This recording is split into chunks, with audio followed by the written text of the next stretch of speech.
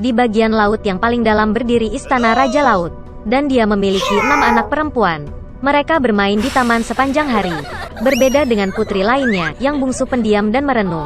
Dan namanya adalah The Little Mermaid. Yang terpenting, dia suka mendengarkan cerita tentang dunia orang.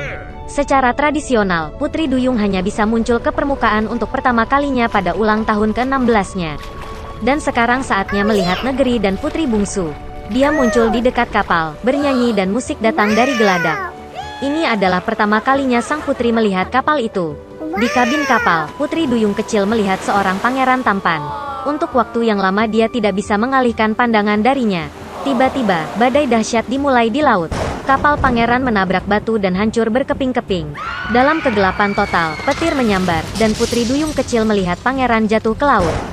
Dia menyelamatkannya dengan membawanya ke darat. Segera pangeran itu ditemukan oleh seorang gadis yang lewat. Ketika dia bangun, dia tersenyum padanya dan berterima kasih padanya karena telah menyelamatkannya. Putri Duyung kecil menjadi sedih karena sang pangeran bahkan tidak tahu tentang keberadaannya. Dia menyelam ke dalam air dan berenang menjauh. Dari cerita ayahnya tentang orang-orang, Putri Duyung kecil mengetahui bahwa mereka menganggap ekor ikan Putri Duyung itu jelek. Oleh karena itu, untuk menyenangkan seseorang harus memperoleh 2 kaki. Keesokan harinya, Putri Duyung kecil pergi ke penyihir laut. Penyihir itu setuju untuk membuatkan ramuan untuknya yang akan mengubah ekor ikan menjadi sepasang kaki yang ramping. Kiprah sang putri akan anggun, tetapi setiap langkah yang diambilnya akan membawa rasa sakit yang tak tertahankan. Dan jika pangeran menikah dengan yang lain, Putri Duyung kecil akan berubah menjadi buih laut. Sebagai gantinya, penyihir itu ingin mengambil suaranya yang indah dari gadis itu. Sang putri siap untuk apapun untuk dekat dengan pangeran, dan dia setuju. Setelah berlayar ke istana pangeran di malam hari, Putri Duyung kecil meminum minuman ajaib. Rasa sakit yang tajam melanda dirinya dan dia pingsan. Bangun di sore hari, gadis itu melihat pangeran di depannya, dan menurunkan matanya, menemukan 2 kaki sebagai pengganti ekor ikan. Pangeran mencoba mencari tahu siapa dia dan bagaimana dia bisa sampai di sini, tetapi Putri Duyung kecil tidak dapat berbicara. Meskipun gaya berjalannya yang lapang dan tariannya yang indah, dia merasakan sakit yang luar biasa di kakinya.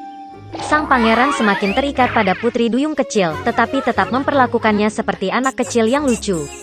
Tidak pernah terlintas dalam benaknya untuk menjadikan dia istrinya. Suatu ketika pangeran mengakui bahwa hatinya ditempati oleh orang yang telah menyelamatkannya sejak lama di pantai, dan mereka akan menikah. Putri Duyung kecil itu sangat kesal, tetapi tidak bisa mengatakan yang sebenarnya. Ketika tiba waktunya untuk pernikahan, pangeran mengundang Putri Duyung kecil untuk pergi bersama pengantin baru dalam perjalanan bulan madu. Tenda bulan madu mewah tersebar di dek kapal. Putri Duyung kecil memiliki 1 malam terakhir untuk bersama orang yang dia tinggalkan rumahnya, memberikan suaranya yang indah dan menanggung siksaan tanpa akhir setiap hari. Tapi dia bahkan tidak menyadarinya. Ketika keheningan terjadi di kapal, Putri Duyung kecil duduk di geladak dan menunggu sinar matahari pertama. Tiba-tiba, di dekat kapal, dia melihat saudara perempuannya. Mereka dengan air mata meminta penyihir untuk membantu menyelamatkan sang putri dari kematian. Penyihir itu memberi mereka pisau tajam, yang akan digunakan Putri Duyung kecil untuk menembus hati pangeran. Setetes darahnya akan mengubah kakinya menjadi ekor, dan dia bisa kembali ke laut.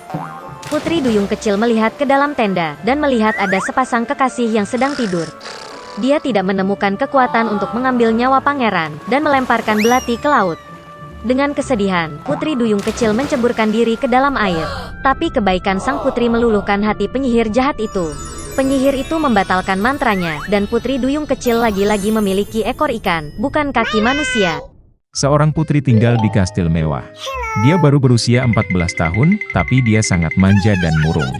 Suatu kali dia menemukan sesuatu untuk bulan April yang akan datang, dan ada bunga musim semi di pesta tahun baru. Dia mengeluarkan keputusan di mana dia mengumumkan awal musim semi, dan berjanji untuk dengan murah hati memberi hadiah kepada orang yang membawa tetesan salju ke istana. Di sebuah rumah kecil di pinggiran kota tinggal seorang ibu tiri bersama putri dan putri tirinya. Putri tiri adalah gadis yang sangat manis dan baik hati, dan namanya Masya. Ibu tiri dan putrinya sangat malas dan marah, dan dengan segala cara mereka menyakiti gadis malang itu. Mereka benar-benar ingin menerima hadiah yang dijanjikan oleh sang putri, tetapi mereka tidak dapat memikirkan di mana mendapatkan tetesan salju di musim dingin. Wanita tua itu memutuskan untuk mengirim Masya ke hutan untuk membawakan mereka bunga musim semi. Putri Tiri mulai memohon kepada ibu tirinya untuk mengasihani dia, karena di luar gelap dan dingin. Dan jenis tetesan salju apa yang bisa ada di musim dingin? Tapi wanita tua yang rakus itu tidak mau mendengar apapun. Dia memberikan keranjang yang lebih besar dan mengusir Masya keluar dari pintu. Gadis yang membeku sangat ketakutan di hutan yang gelap. Tiba-tiba, di kejauhan, dia melihat cahaya. Dia senang dan pergi menemuinya. Ternyata itu adalah kobaran api besar, dan 12 orang menghangatkan diri di sekitarnya. Dengan mengumpulkan keberanian, gadis itu mendekati mereka dan memberitahu mereka bahwa ibu tiri yang jahat telah memaksanya pergi ke hutan dan mengumpulkan tetesan salju. Ternyata itu 12 bulan. Saudara-saudara merasa kasihan pada Masya, dan mereka memutuskan untuk membantunya. Saudara April melafalkan mantra, dan tiba-tiba musim semi datang di hutan dan di tempat terbuka. Salju mencair, rumput hijau muncul, tetesan salju bermekaran. Gadis itu mulai mengumpulkan bunga dan segera mengisi keranjang besar dengannya. April muda sangat menyukainya, dan dia memberinya cincin ajaib. Jika masalah terjadi, dia harus dilempar ke tanah, mantra dilemparkan, dan semua 12 bulan akan datang untuk menyelamatkan. Masya berterima kasih pada mereka dan pulang. Ketika gadis itu membawa pulang tetesan salju, ibu tiri dan putrinya sangat terkejut dengan hal ini. Masya sangat lelah karena perjalanan, dan langsung tertidur lelap. Kakak tirinya curiga ada yang tidak beres. Saat gadis itu tidur, dia menemukan cincin ajaibnya, dan membawanya ke dirinya sendiri. Setelah bangun, putri tiri menemukan kehilangannya. Dia mulai memohon untuk mengembalikan cincin itu, tetapi ibu tiri dan putrinya tidak mau mendengar apapun. Mengambil sekeranjang tetesan salju, mereka bergegas ke istana kerajaan. Ada pohon tahun baru yang dihias dengan indah di istana. Tetapi perayaan yang akan datang sama sekali tidak menyenangkan putri yang berubah-ubah. Dan hanya ketika ibu tiri dan putrinya membawakannya sekeranjang tetesan salju, sang putri mengubah amarahnya menjadi belas kasihan. Ibu tiri tidak dapat menjawab dengan jelas dari mana bunga itu berasal, dan dia harus mengakui bahwa putri tirinya telah mengumpulkannya. Sang putri segera memutuskan untuk pergi ke padang rumput dengan tetesan salju. Dalam perjalanan, dia memandangi Masya yang malang, sehingga dia akan menunjukkan padanya tempat dia memetik bunga. Gadis itu berkata dia akan menunjukkannya, tetapi hanya jika cincin itu dikembalikan padanya. Dari sikap kurang ajar tersebut, sang putri marah dan membuang cincin itu. Tapi putri tiri berhasil membaca mantra. Segera angin kencang bertiup, guntur bergemuruh, dedaunan jatuh dan salju mulai turun. Orang tua Januari muncul di hadapan mereka. Dia mengundang semua orang untuk membuat satu keinginan.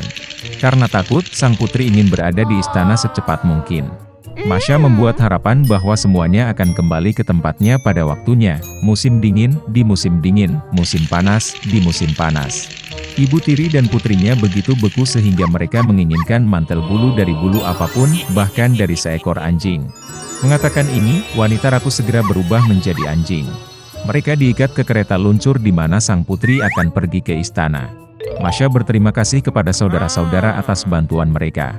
Mereka berjanji untuk mengubah ibu tiri dan putrinya kembali menjadi manusia, tetapi hanya jika mereka patuh. Berbulan-bulan memberi gadis itu kereta luncur besar yang indah, yang diikat oleh kuda lincah. Melihat mereka, sang putri meminta tumpangan ke istana. Ini adalah pertama kalinya dalam hidupnya sang putri mengucapkan kata tolong. Dan Masya dengan senang hati setuju.